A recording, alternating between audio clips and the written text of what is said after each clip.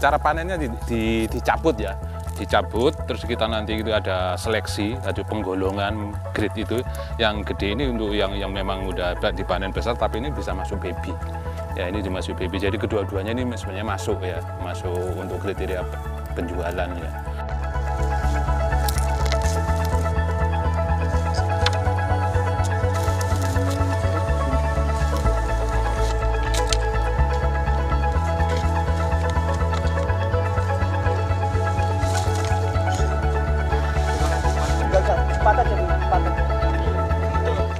Iya, namina jenis sayuran bayem.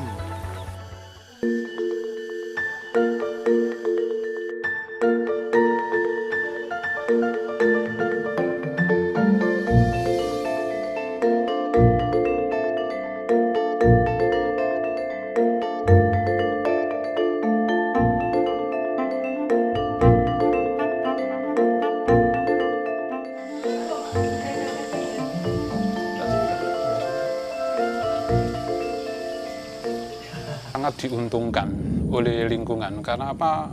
Pertama, pertanian organik itu yang pertama adalah masalah air. Ya kita bersyukur alhamdulillah karena kita ini lingkungannya ada di lokasi Gunung Salak yang tepatnya di kaki gunung, di mana air yang mengalir itu dari sumber langsung yang tidak tercemar oleh baik itu limbah industri maupun limbah rumah tangga. BSP Farm itu pada dasarnya ya merek dagang ya. Dalam konteks pertanian organis, tujuan utama adalah kepercayaan, kejujuran, keterbukaan. Lokasi PT Kapol sendiri itu ada di Kampung Loji, Desa Pasir Jaya, Kecamatan Cigombong, Kabupaten Bogor. Yang ada di dalamnya ini ya menurut ada tanaman sayur, ada tanaman salak, tanaman perkebunan, yaitu tanaman perkebunan ya terdiri dari kopi dan teh ya. Terus tanaman pangan yaitu tanaman padi. Fokusnya yang jelas kami ingin menciptakan kawasan lingkungan PT Kapol ini menjadikan kawasan yang organis. Itu nih. Di dalamnya situ ya otomatis ingin menghasilkan produk pangan yang sehat. Itu yang pertama. Yang kedua ya ingin menciptakan ya lingkungan yang aman dan lestari. Yang ketiga ingin mendukung dan potensi yang ada. Ya, yang ketiga yaitu memperbaiki sumber-sumber yang ada di sini gitu seperti itu.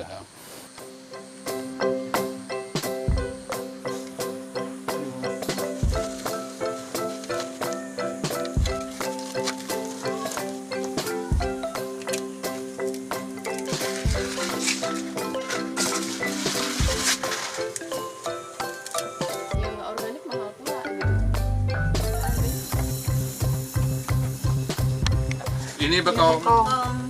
Ya.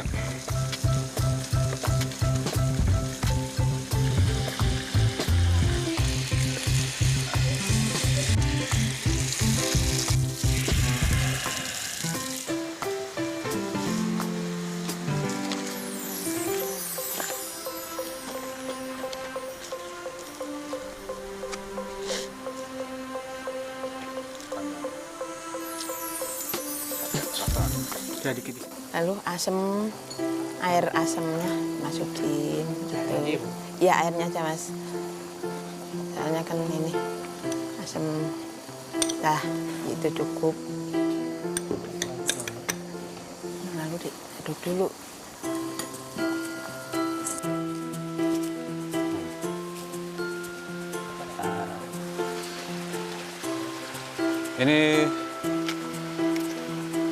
Ini salak yang udah masak. Nah.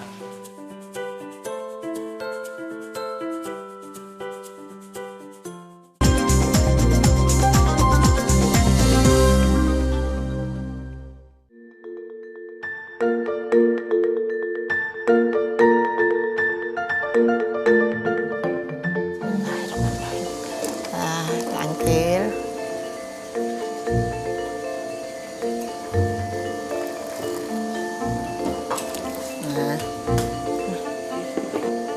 Kalau udah baru dimasukin bahan yang lainnya gitu. Terakhir ini asamnya.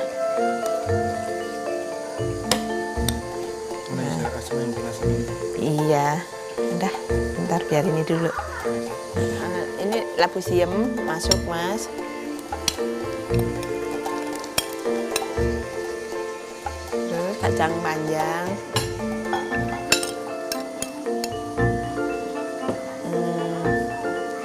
Daun so. Nah,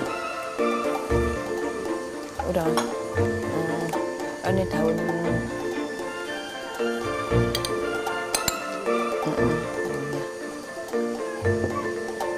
Aduh. Ini bumbunya ya, Mas, biar nyerep.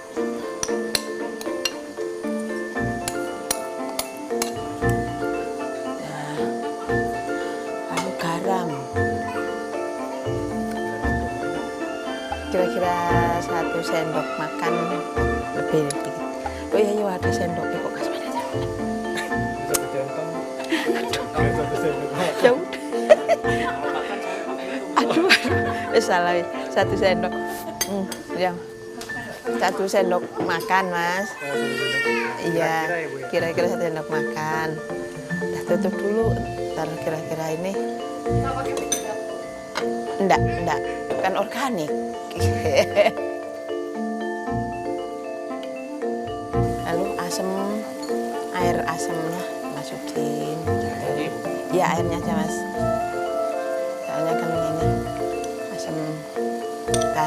Itu cukup. Lalu diaduk dulu.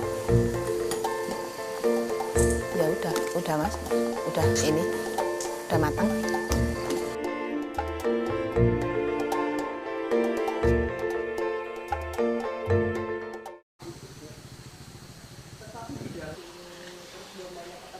Kelihatan ya ini. Ini lebat ini.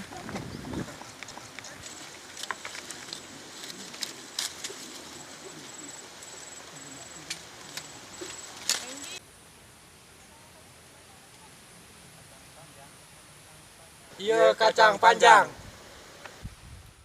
Ya, ada dulu saya cita-cita atau keinginannya itu ada satu model pertanian organis yang apa istilahnya, yang ideal, lengkap. Nah, PT Kapol ini dari sudut lingkungan, dari sudut geografi, dari sudut jarak dengan Jakarta dan sebagainya, itu ideal sekali. Karena di sini sebetulnya apa saja bisa, tanaman buah bisa, ternak bisa, tanaman sayuran bisa, apalagi luasnya bisa 40 hektar. Ya. Sebetulnya bukan pilihan, tetapi tanaman pangan itu ada semacam nilai strategis dan politis.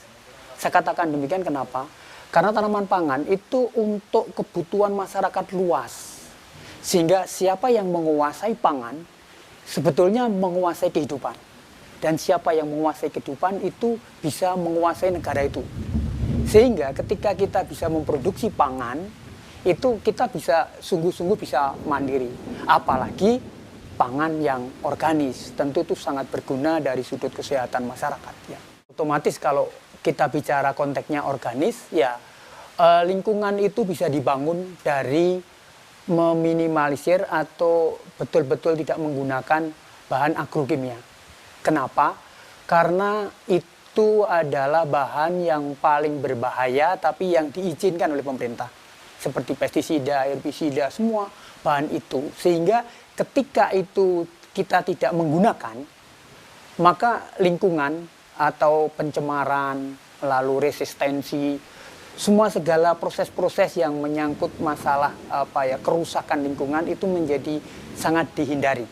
Jadi organis itu tidak hanya melulu soal saya nanam, saya jual, tetapi ada seginya sangat luas, bahkan menyangkut persoalan manusianya itu sendiri. Bagaimana karakter manusia itu dibangun dengan cara-cara ya itu dari awal, dari hulu sampai ke hilir gitu.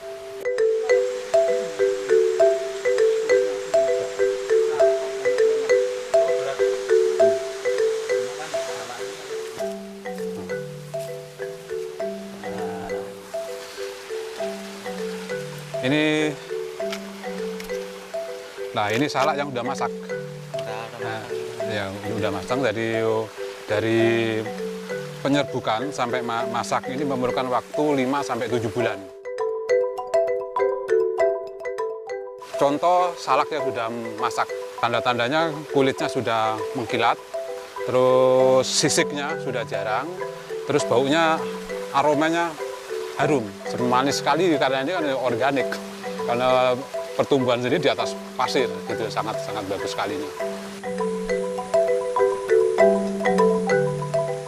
Ya, idealnya pertanian organis yang utama mestinya tanah sendiri atau lahan sendiri. Karena apa? Karena pertanian organis itu investasi. Karena yang dibangun itu adalah tanahnya, kesehatan dan kesuburan tanahnya. Dan itu prosesnya jangka panjang. Nah, kalau ini hanya sewa 3 tahun, 5 tahun, setelah itu didirikan bangunan, upaya yang dilakukan selama 5 tahun itu kan percuma. Jadi idealnya memang milik sendiri.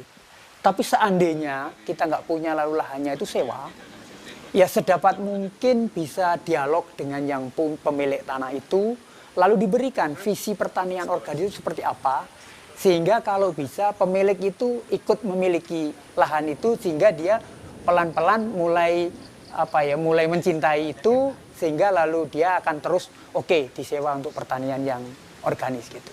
Saya pribadi tidak merekomendasi untuk membangun pertanian organis yang sewa, karena nanti akhirnya hanya habis, percuma itu.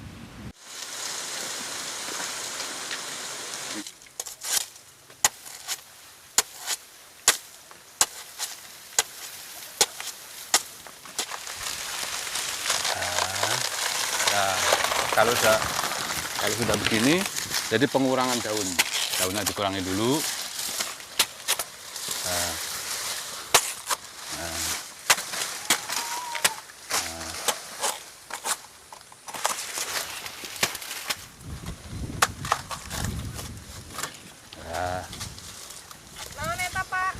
Ya. Jauh galek. Kami mesti memahami juga mengerti Kementerian Pertanian, tanaman pangan sekarang itu kan masih konvensional. Karena pemerintah itu kan berbicara soal makro. Ya. Lalu tentu tidak serta-merta bisa membangun pertanian organis, ya, tanaman pangan pertanian organis gitu ya.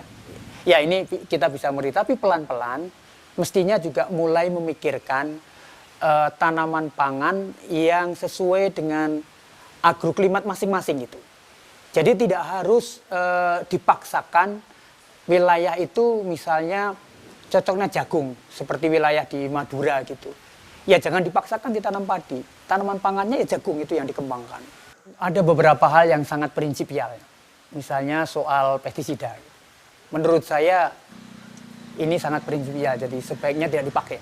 Kalau pestisida itu betul-betul merusak seluruh jaringan kehidupan. Kalau soal mekanisasi, ini ya tergantung daerahnya. Kalau situasi daerahnya memang tidak ada tenaga manusia, ya mau apa? Tentu mekanisasi masih bisa dibenarkan. Tetapi kalau mekanisasi itu digunakan di padat penduduk, sebetulnya di sana masih ada kerbau, masih ada sapi, masih ada alat-alat pengolah tanah yang sebenarnya bisa dimanfaatkan. Ya menurut saya itu kurang bijaksana.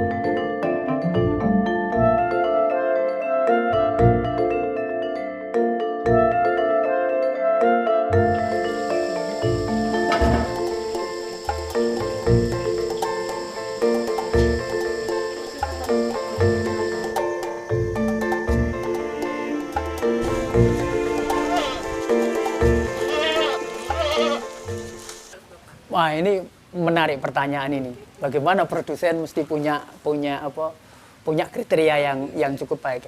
Menurut saya yang pertama adalah mesti punya visi pertanian. Visi pertanian itu maksudnya begini. Apa sih pertanian itu? Pertanian itu kalau kita runtutkan dari agriculture. Nah, agri lahan, culture itu kebudayaan. Kebudayaan itu sangat terkait dengan kehidupan. Kehidupan sangat terkait dengan kesejahteraan. Jadi produsen atau petani dalam hal ini mesti paham betul bahwa pertanian itu menyangkut kehidupan. Kesalahan dalam mengolah, kesalahan dalam memelihara, kesalahan dalam membangun pertanian itu bisa betul-betul merusak kehidupan. Nah, ini visi yang pertama mesti begitu. Kemudian yang kedua itu mesti pertama kali dia mesti jujur. Kemudian terbuka.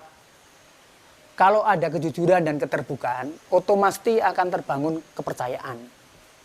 Nah, kepercayaan itu menjadi penting bagi produsen.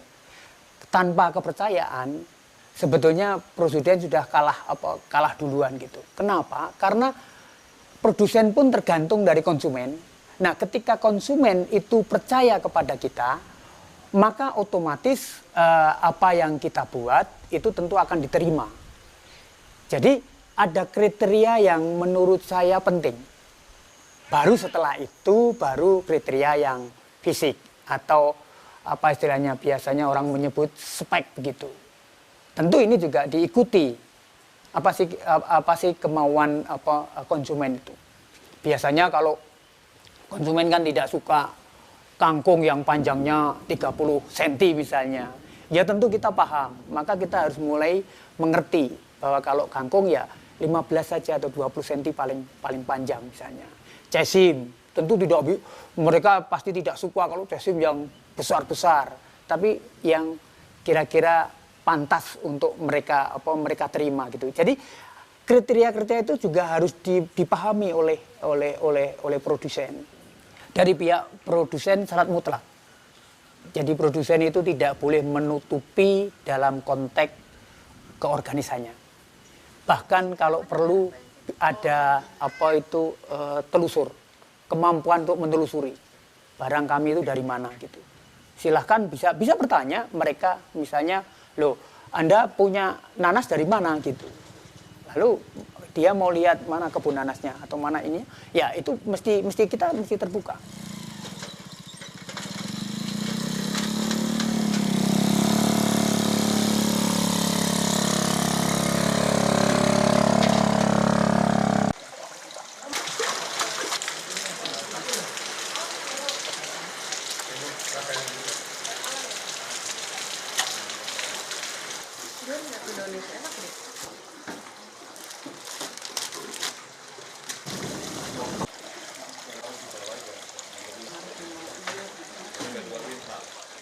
Kalau sertifikasi organis itu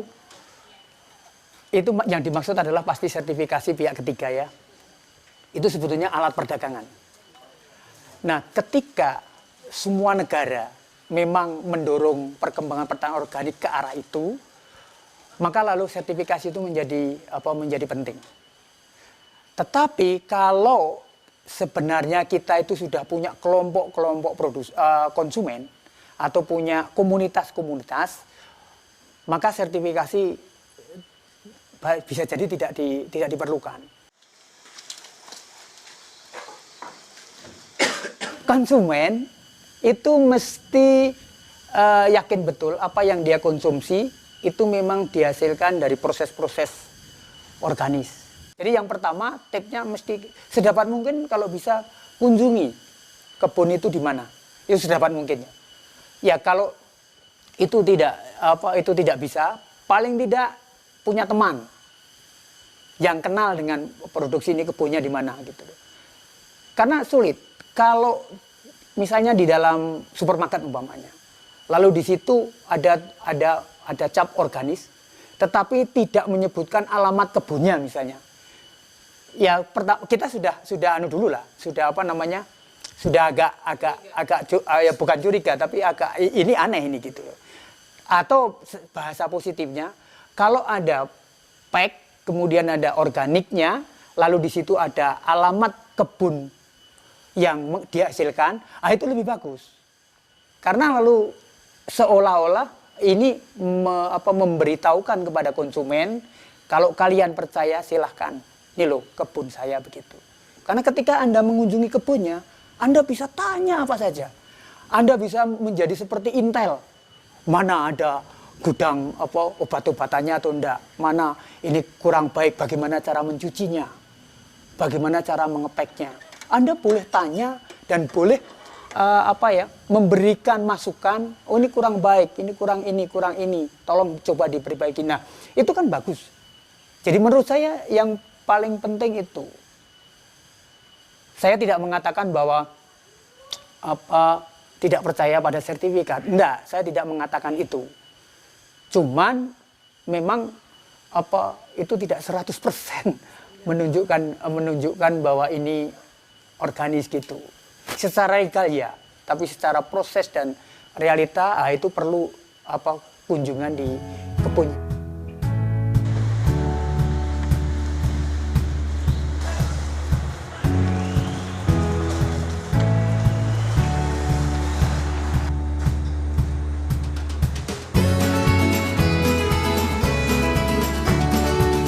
Karena ketika manusianya sudah terbangun bahwa dia punya visi organis yang benar, hampir tidak bisa dibayangkan dia akan menipu. Pasti tidak. Karena itu dari dalam, itu terbangun dari dalam. Jadi dari keinginannya sendiri dia ingin yang benar. Nah kalau itu bisa, sebetulnya itu yang menjamin, yang bisa menjamin bahwa ini memang produk organis. Organis itu artinya seluruh organ itu diuntungkan. Jadi tidak hanya konsumen yang diuntungkan, tidak hanya pedagangnya yang diuntungkan, tetapi petaninya juga dia harus diuntungkan, tanahnya juga harus diuntungkan, makhluk hidupnya juga harus diuntungkan. Memang ini agak holistik, tetapi ya itu visi pertanian organik yang harus dicapai.